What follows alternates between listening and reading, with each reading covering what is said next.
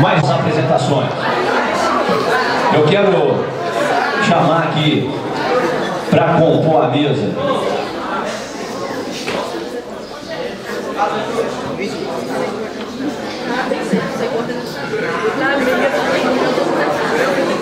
por gentileza, compõe a mesa aqui. Danilo, do programa A Favor da Vida, Maçonaria. Uma salva de palmas.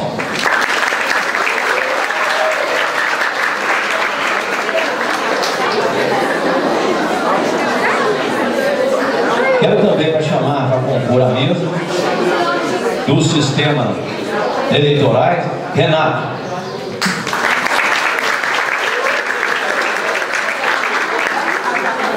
E quero chamar também o autor dessa homenagem, né, os Cavaleiros da Inconfidência Mineira, Glauber, da Polícia Civil.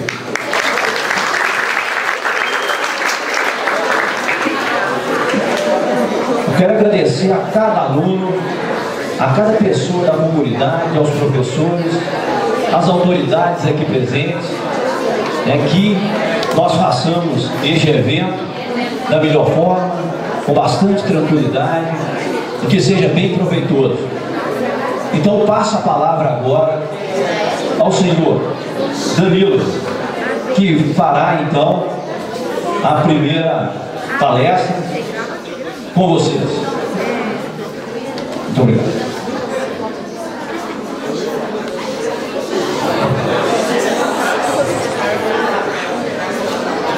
Bom dia. Bom dia no sábado, 8h30 da manhã, estou meio fraco. Bom dia. Bom dia. Primeiramente, eu queria agradecer ao professor Fernando, ao Glauber que fez a iniciativa, e ao nosso irmão Renato também, irmão Glauber, pela oportunidade de estar falando aqui em Florestal. Primeira vez que eu estou nessa cidade, não tive a oportunidade de conhecer, mas já fiquei satisfeito até pelo portal de entrada, que me lembrou muito uma característica que Minas Gerais tem de acolhimento, de pessoas de bem que estão sempre trabalhando e estudando em favor do povo. Eu queria me apresentar, e é muito interessante que quando a gente sempre chega numa palestra, a gente olha para as pessoas vão te olhando, e aquele sujeito todo de preto, uma gravata branca vai falar para a gente. Então hoje, o tema da nossa palestra é falando sobre o programa Maçonaria a Favor da Vida contra as Drogas, no Grande Oriente, Brasil e Minas Gerais. Eu sou maçom, Renato é maçom, Glauber também, né? E a gente está aqui para falar um pouquinho sobre esse assunto. Mas primeiro eu queria me apresentar. Bom, já falei o meu nome, Danilo. Eu sou policial federal há 13 anos. Sou chefe hoje da administração e logística policial no estado. E sou casado, tenho 2 filhos.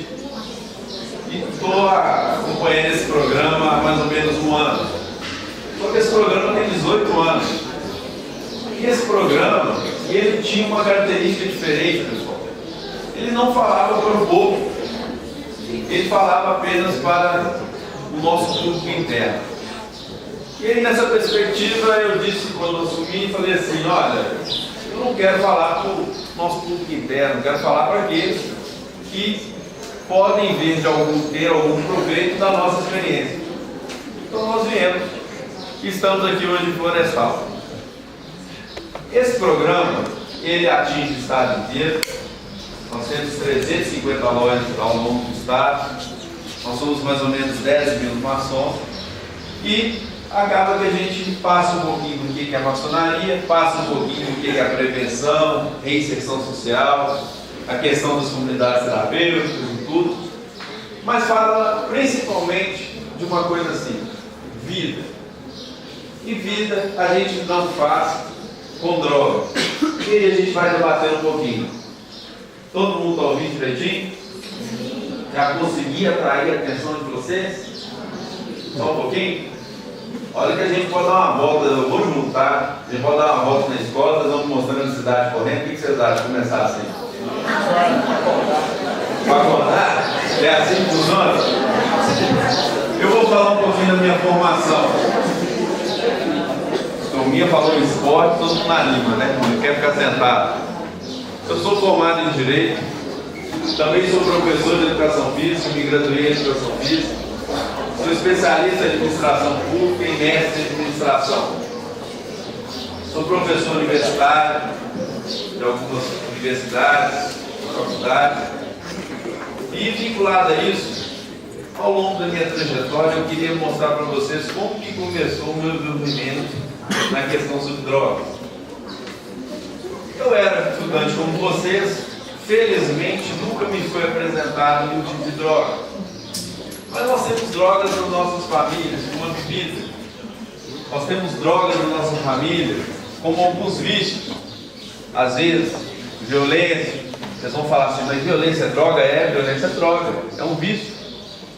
Tudo que é fora da realidade, tudo que é contra os nossos princípios, contra a vida, contra as pessoas, é um tipo de droga. Por isso, um dos lemas do nosso programa. Nós não vinculamos droga apenas como uma questão que a gente pode citar aqui, a bebida, a cocaína, a maconha, o crack, entre outros. Nós vinculamos primeiro o vício, aquilo que traz o mal para as nossas famílias, para nós mesmos e para a nossa sociedade. Bom, estava eu assumindo a polícia lá na Polícia Federal em Rondônia. Eu trabalhei em Rondônia, depois vocês podem olhar aí nos mapas de vocês, que é bem longe daqui. E eu comecei na repressão entorpecente. Policial, entrei há 13 anos, novo, achando que ia resolver o problema do mundo prendendo todo mundo. Não foi bem assim. Nos meus primeiros 15 dias, eu participei de mais ou menos uns 3 tiroteios. A região norte, infelizmente, ela tem um percentual de tráfico muito intenso. E a gente descobre rapidamente que em 6 segundos você costuma viver ou morrer. Porque é exatamente isso que dura, pessoal. Em média, de 6 a 10 segundos você descobre se você acertou ou se você foi atingido. Principalmente se for uma pista de avião que tem tráfego entorpecente, avião trazendo droga, e é mais ou menos assim 400, 500 quilos, em média. E ninguém está disposto a se render. Só para vocês entenderem que a vida, ela é uma fração de segundo. Uma coisa que pode estar aqui agora, igual nós estamos, e ela acabar daqui a pouco. Então nós temos que aproveitar isso. Bom, voltando à minha experiência, estava eu lá fazendo as prisões e tudo, e eu comecei a perceber que talvez aquilo não fosse só o que resolveria. Porque se eu estou aprendendo 1 tonelada, a minha equipe, é claro, se eu estou aprendendo 500 quilos, cocaína, maconha, LSD, todo tipo de droga nós já tínhamos aprendido. Quer dizer que tem consumo. Quer dizer que tem gente como vocês aqui querendo usar. Eu comecei a perceber aquilo, enquanto professor também, nós temos professores, né? Só que eu segui uma outra perspectiva. Como que a gente faz? Como que isso acontece? Porque não é só a droga pesada que a gente fala, são essas que fazem com que nós destruamos as nossas famílias. A bebida hoje, por exemplo, é um mal presente. E muitas vezes é oferecido dentro de casa. Hoje vocês não veem tanto, por exemplo, o cigarro. Ele existe, mas a propaganda é menor. Mas a bebida é cultural. Quantas vezes vocês escutam, nós vamos fazer uma festa, vai ter isso, vai ter bebida, cachaça, entre outros. Então isso está presente. Voltando à minha realidade. Eu vim embora depois de 3 anos. Cheguei ali em Mineiro, porque eu sou de Belo Horizonte, fui para Uberaba. Continuei na repressão entorpecente. O que aconteceu? Eu comecei a me sentir um pouco vazio sobre só reprimir. Eu falei assim, eu acho que eu tenho uma coisa para fazer na prevenção, acho que eu posso contribuir de alguma forma. Comecei aí a fazer visita a moradores de rua durante a noite. o que mais tinha, pessoal, era necessidade, não era do alimento que era oferecido, era de droga. Um morador de rua, quando você oferecia, às vezes, um alimento, um cobertor, e eu acho interessante, se vocês conhecem algum, vocês verem a realidade dele, mas quando ele estiver lá na cidade mesmo, é que muitas vezes você oferecia lá um alimento e ele dizia para você: olha, moço, eu sei que o senhor está aqui para me entregar o alimento, mas hoje eu não quero, hoje eu quero a pedra. Eram médicos, pilotos de avião, pessoas que vocês olham assim e falam assim: como assim? Eles estudaram, eles têm alguma coisa, eles têm família, mas estavam ali porque eles não conseguiram deixar de ser escravos. Escravos daquilo que muitas vezes a gente não percebe. E eu vou dar um exemplo clássico do que a gente não percebe. Hoje a Organização Mundial de Saúde, ela tem uma preocupação muito grande, mas só com essas drogas que vocês conhecem. Depressão, uso de remédios, que muitas vezes, eu estou com dor de cabeça, vou me encher de remédio para melhorar. Muito comum hoje. Anabolizantes nas escolas. Nós já fizemos várias apreensões de anabolizantes, que são jovens como vocês querendo ficar de acordo com o que o mundo acha que é bonito. Nós temos que achar o que é bonito ou não. Não é o mundo que disse isso para vocês. Mas nós temos uma sociedade consumista, uma sociedade que impera consumo. Você tem que comprar, você tem que ter o carro do ano, você tem que ter a roupa bonita, a grife. E os nossos valores? E aquilo que nós achamos, o que nós cremos? Nós temos que pensar bastante nisso, correto? Mas voltando lá à minha experiência, comecei a entender que aquilo ali trazia algo de diferente para mim. Aquilo ali de estar ali com aquele morador até altas horas da noite, era sempre um dia na semana se a gente ia, várias pessoas, a gente falava assim: nossa, como Deus me deu tudo. E aí eu vou falar a primeira palavra que a maçonaria prega sempre. Em qualquer reunião que a maçonaria tem, a Bíblia Sagrada é aberta. Porque nós temos que ter fé, nós temos que acreditar em alguém muito maior que a gente, não temos? Muitos aqui foram convidados pela paróquia, é isso? Independente da religião, nós temos que acreditar que é algo maior, no caso, o grande arquiteto do universo, que como nós chamamos Deus, independente da religião, ele está aqui para nos ajudar. É o primeiro ponto. Voltando à minha experiência, eu comecei a achar que não era só necessária a repressão. E ao longo desses 8 anos que eu passei no Triângulo Mineiro, vocês podem conhecer depois aí na internet, eu imaginava aquilo, fazer algumas ações pontuais e vim a convite para Belo Horizonte. Voltei para casa depois de 12 anos fora.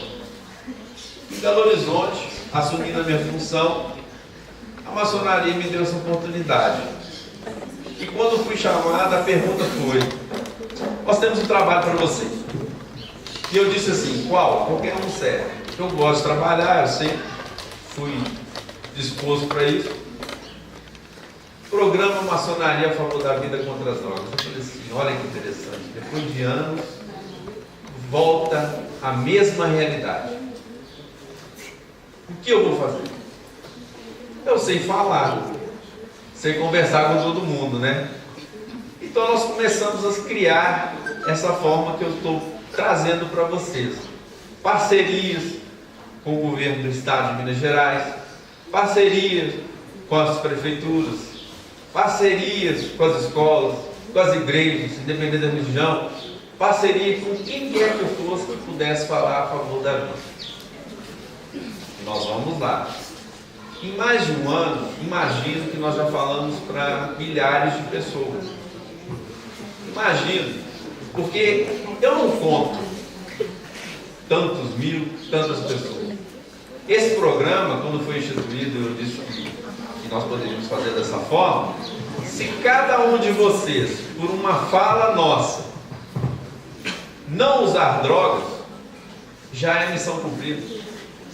Se cada um de vocês não abusar, porque hoje a gente tem que pensar que as pessoas têm a condição de escolha. Se quiserem usar, que não abusem, mas preferencialmente não usem. E se usarem, que procurem ajuda. Esse programa é para isso. Essa fala que nós estamos é para isso. Então, voltando à questão da minha experiência. Eu passei da repressão que apenas não era necessária, mas que não é a saída.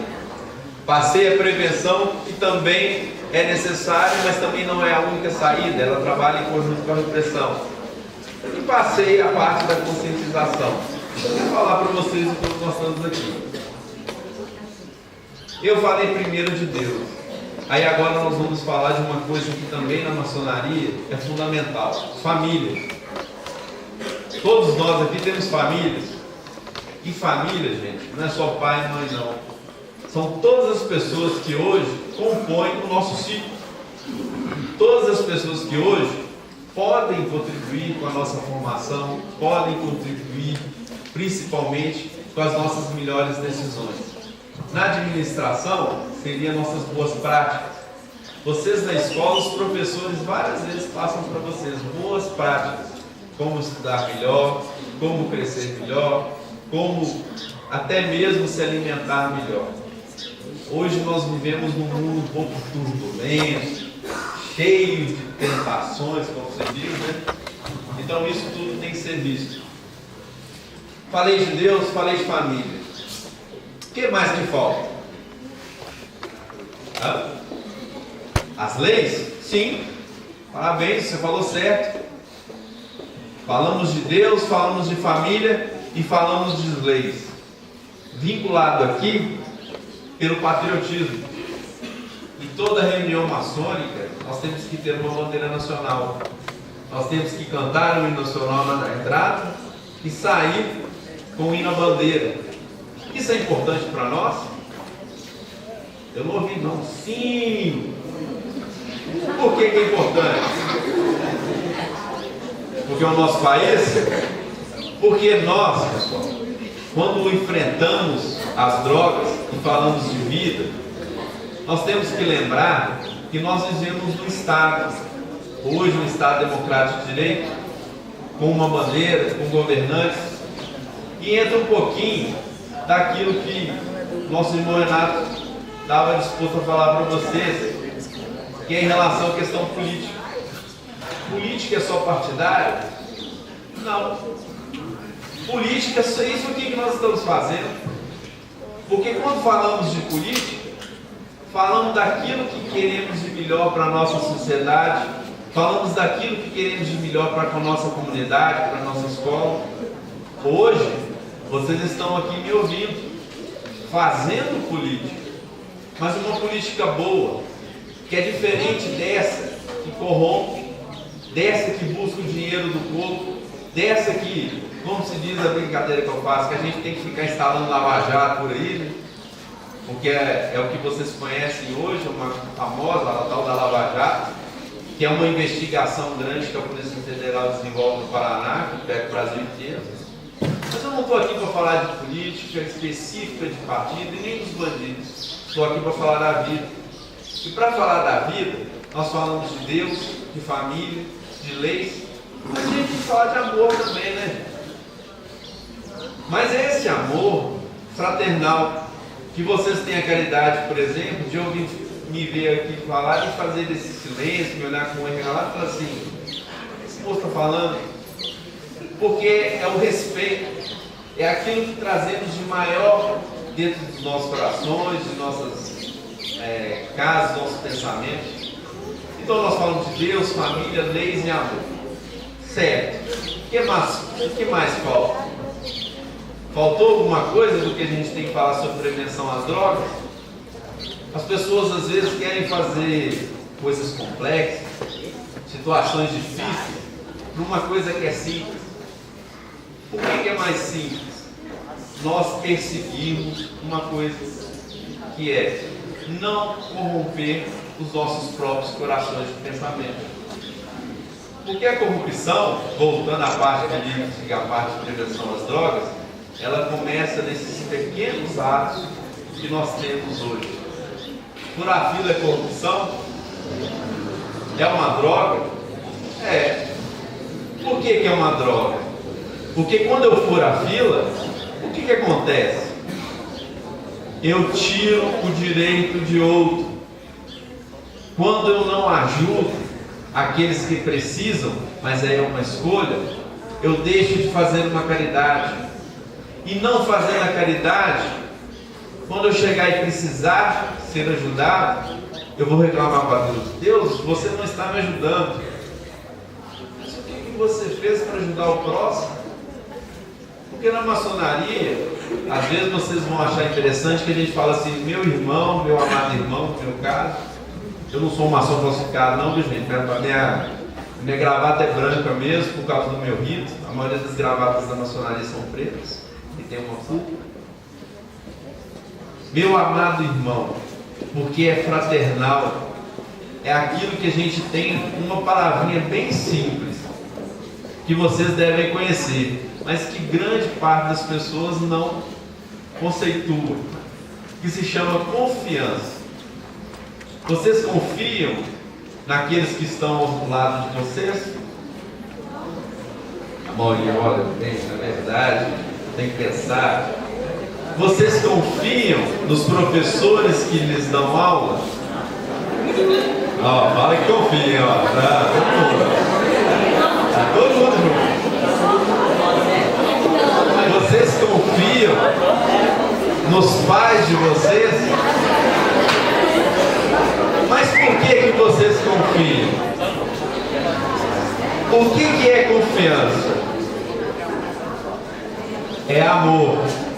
Muitos dizem que é competência, muitos dizem que é confiabilidade, muitos dizem que é fé, muitos dizem que é convicção, comprometimento, compromisso, confiabilidade, são todos sinônimos de confiança. Mas uma coisa que é certa: confiança é risco. É você trazer ou entregar alguma coisa para outro e que seja feito e que você não tenha controle. A pessoa pode fazer o que quiser. Então, quando o Fernando, e o Glauber permitiram que o Danilo falasse aqui, eles assumiram o risco. Assumiram o risco. O que esse doido vai falar para esse povo? Eles assumiram o risco do que eu estiver falando ser alguma coisa boa ou ser uma coisa ruim.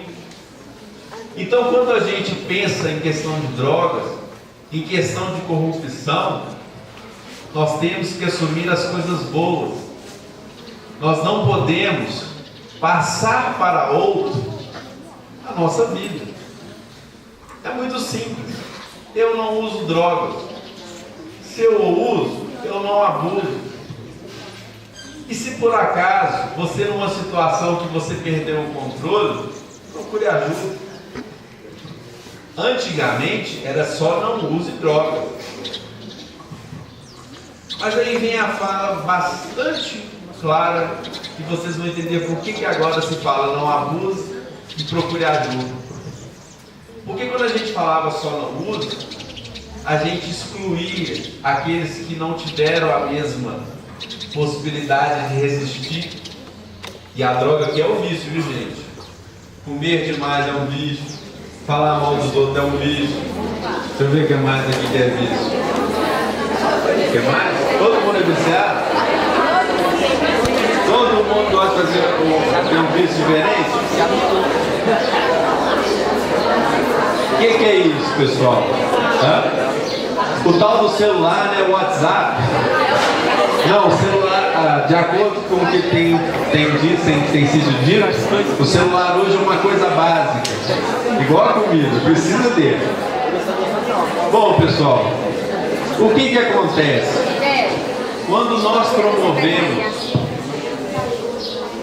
esse tipo de pensamento, a gente começa a se olhar melhor. Olha, tudo que está sendo extremo pode prejudicar a minha própria vida. E aí vem um engraçadinho e fala assim: quer dizer que se eu estudar demais é um vício? Não, é sua obrigação, menino, fica esperto. Bom, se a gente consegue perceber isso, a gente consegue entender que muitas vezes nós não vemos aquilo que fazemos para nos prejudicar. O lembrete do vício é porque quando a gente entende, voltando àquela política lá, do porquê que a gente não abandona mais quem usa e a gente tenta ajudar aquele que perdeu o controle. Porque todos nós tivemos oportunidade, de alguma forma, de estar bem. Então a gente não abandona o companheiro porque ele se incorreu, mas também não incentiva. Um dos motivos que quando a sociedade abriu as portas para esse tipo de diálogo foi justamente para que a gente pudesse trazer conosco aqueles que por um acaso não conseguiram chegar ou não resistiram às tentações que esses vícios trazem. Virtude é muito difícil construir. Nós hoje temos traços de virtude, somos boas pessoas, temos bons costumes, mas infelizmente não somos perfeitos, porque se perfeitos fôssemos, nós estaríamos aqui, não é mesmo?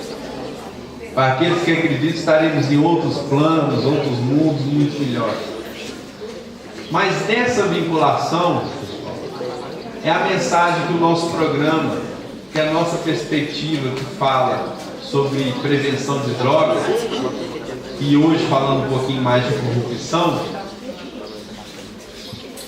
coloca para vocês: se não tivermos uma fé, se não tivermos família, se não tivermos respeito às leis e principalmente se não tivermos amor a nós mesmos e ao próximo, nós não vamos vencer nada.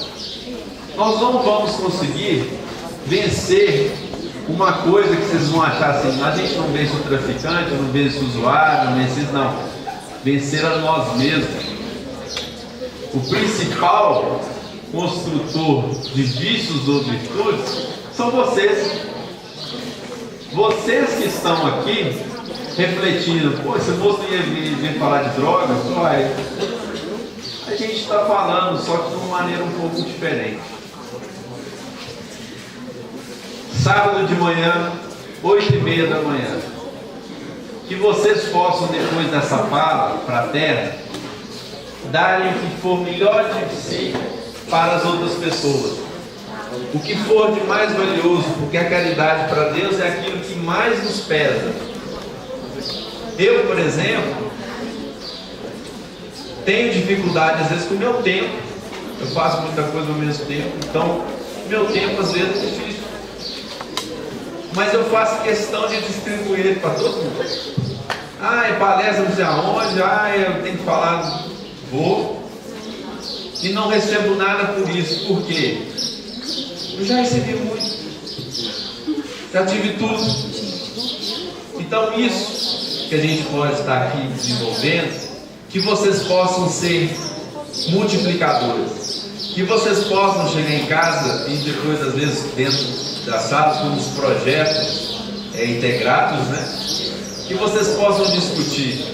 Olha, o moço da maçonaria, que a gente fala o tio, né? No caso, se você tem um sobrinho, fala assim: o tio da maçonaria fala uma coisa interessante, que eu posso não usar droga sendo um bom cidadão, contribuindo para que as leis sejam bem cumpridas, fiscalizando a utilização do dinheiro público. Eu posso votar bem, que a maioria de vocês aqui já possivelmente vai estar na posição de votação, mas combatam sempre aquilo que mais me incomoda, e principalmente que vocês possam levar amor ao próximo, que vocês possam ter, dentro do que eu disse, uma construção boa. E se tudo que nós falamos vocês tirarem coisas boas, que sejam mérito de vocês, que as coisas ruins sejam vossas. Eu acho que é o que eu tinha que falar. e que eu queria perguntar se alguém tem alguma pergunta. Alguém? Pra cima? Se ninguém tiver pergunta, eu vou escolher, tá? O que vocês acham? Melhor que eu levantar a mão. Professores?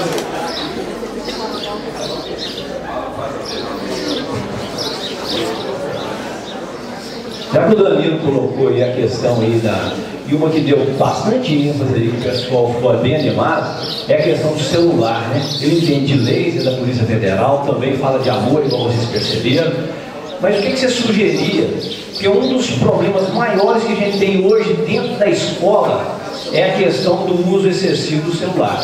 Eu sei que a única coisa que, como já foi dito também, que a pessoa usa e pode fazer com excesso é estudar. O resto das outras coisas se transforma em droga. Então a gente acaba dizendo que o celular dentro da escola acaba sendo uma droga. Porque a gente, mesmo nós, da administração, professores, que trabalham com ele o tempo inteiro, precisa da... Eu nunca fui contra a questão da tecnologia. Mas a questão do celular dentro da escola hoje é um dos maiores problemas. O que você, com a sua experiência, com a sua vivência dentro lá do seu programa e dentro da Polícia Federal, pode nos sugerir em relação a esse controle, essa busca de estar conscientizando esses alunos em relação ao celular? Excelente pergunta. Bom, o tal do celular. Eu sou da geração que não tinha celular. Cavernas, né? Olhar os jovens hoje, eu estava no mundo das cavernas. Eu fui ter o primeiro celular, se não me engano, com 14 para 15 anos. Minha mãe comprou aquele tijolão, mais ou menos do tamanho desse, um pouquinho maior do que esse microfone, em que a bateria, todo mundo vai falar, durava 8 horas, e olha lá. E não pegava em todos os lugares, não tinha WhatsApp, e na época esse telefone ainda não mandava mensagem. Ou seja, é histórico, é isso? E não tem muito tempo, né? Isso deve ter o quê? Uns 20 anos, 22 para 25 anos. E ele era caro, muito caro na época. O que acontece, pessoal? A gente tem a oportunidade de olhar para o passado e aprender.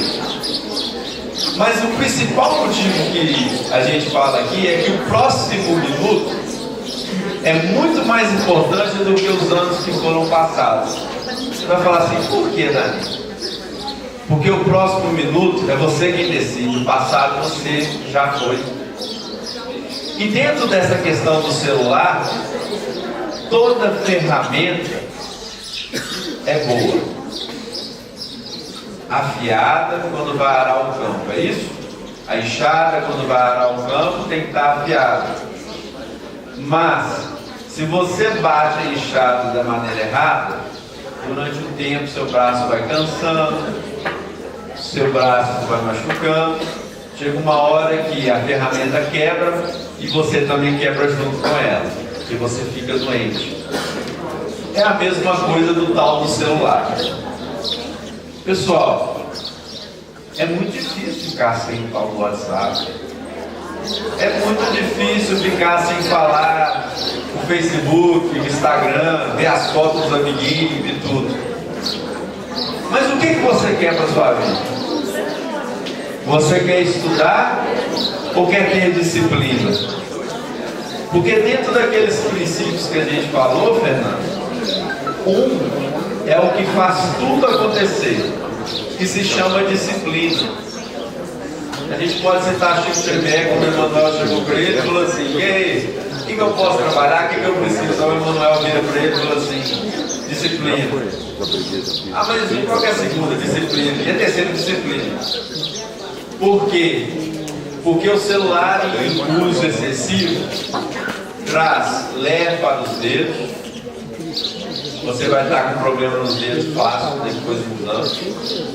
Você começa a perder concentração, porque você tem que ficar acompanhando as mensagens, as fotos do dia. Agora tem até carinho de tchau, briga e tudo.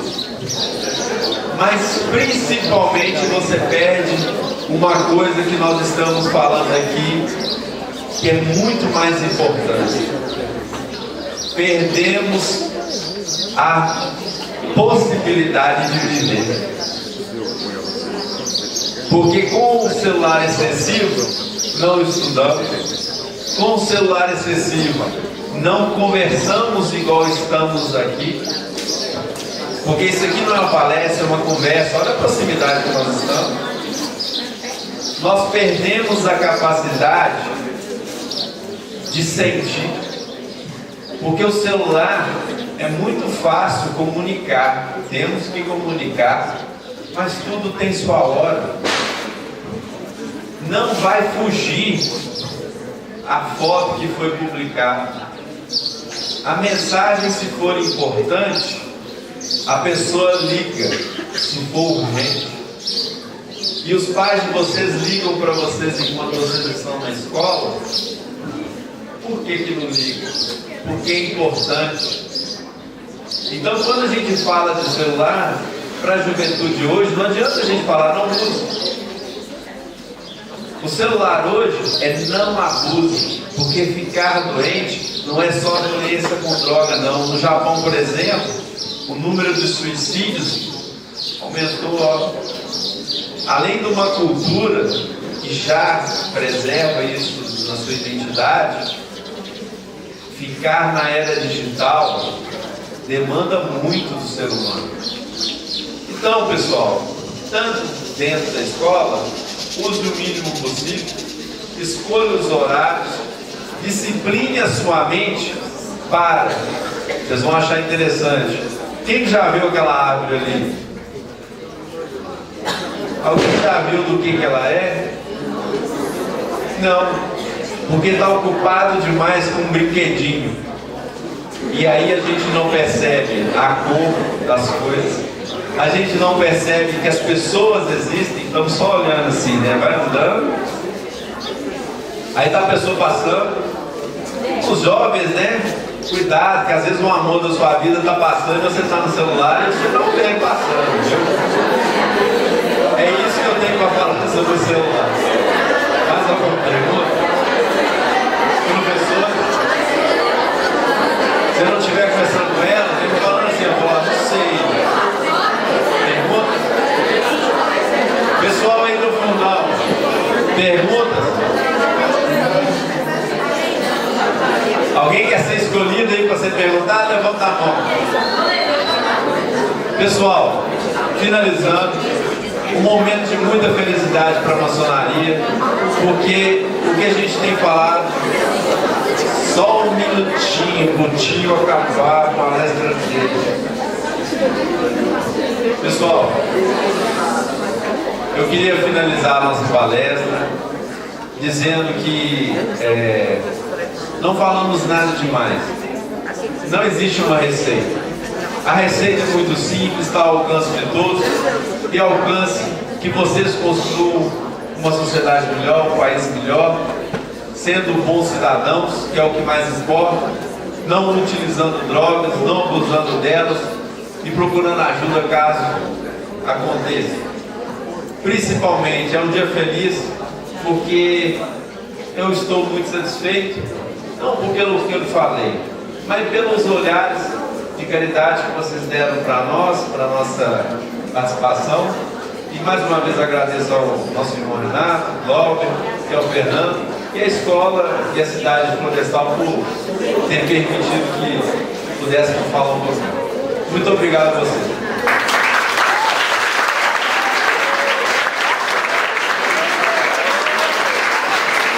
Parabéns. Parabéns pelas palavras, bacana. Olha, gente, ele falou muito de amor pra gente, né? E tem um talento da escola também que fala muito de amor. E agora, neste momento, ela vai estar apresentando pra gente. Desculpa. E aí, vocês podem usar o celular para tirar a foto. Cadê o botão de tirar a foto?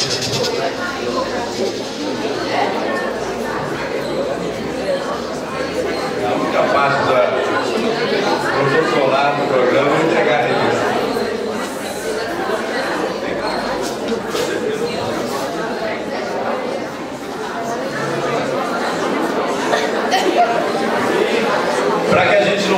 vou ir no meio de vocês para vocês tirar uma foto, porque eles têm que fazer. Só rapidinho, facebook.com/mfbcd, Maçonaria Família da Vida contra as Drogas. É a nossa página. Vou publicar a foto de vocês. Eu vou lá pro meio, que aí vocês tiram uma foto lá. Agradeço mais uma vez ao Danilo pelas palavras. Na sequência do nosso... Pronto, tirar a foto aí, pessoal. Vai sair na praia, todo mundo olhando pra lá, bonitinho, arruma o cabelo, faz perfume.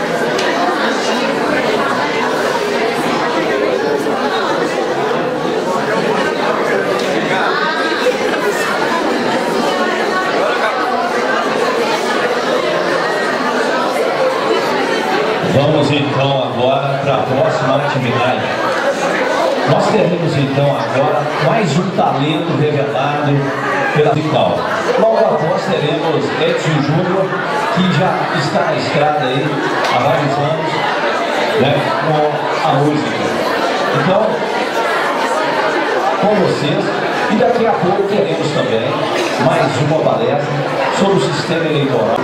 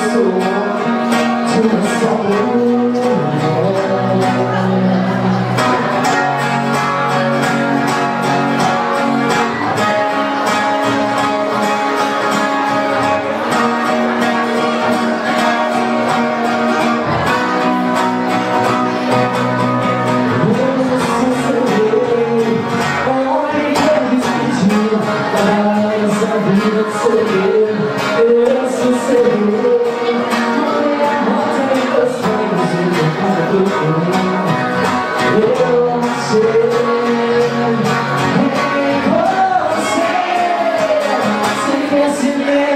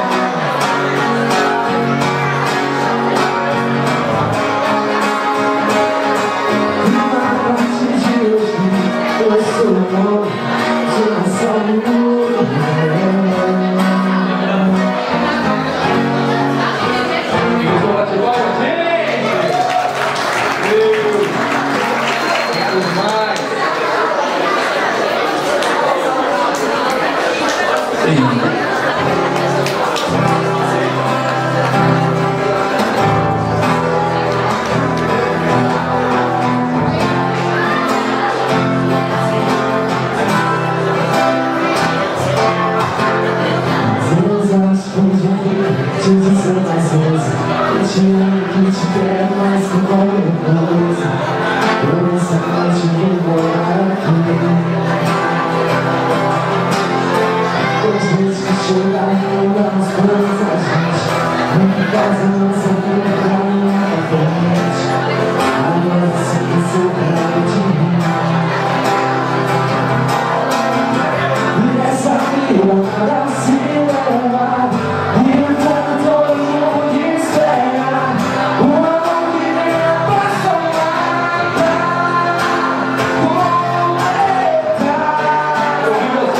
O nosso santo bateu, o amor da sua vida sou eu. Tudo que é meu já sei eu, o que nem precisa rimar. O nosso santo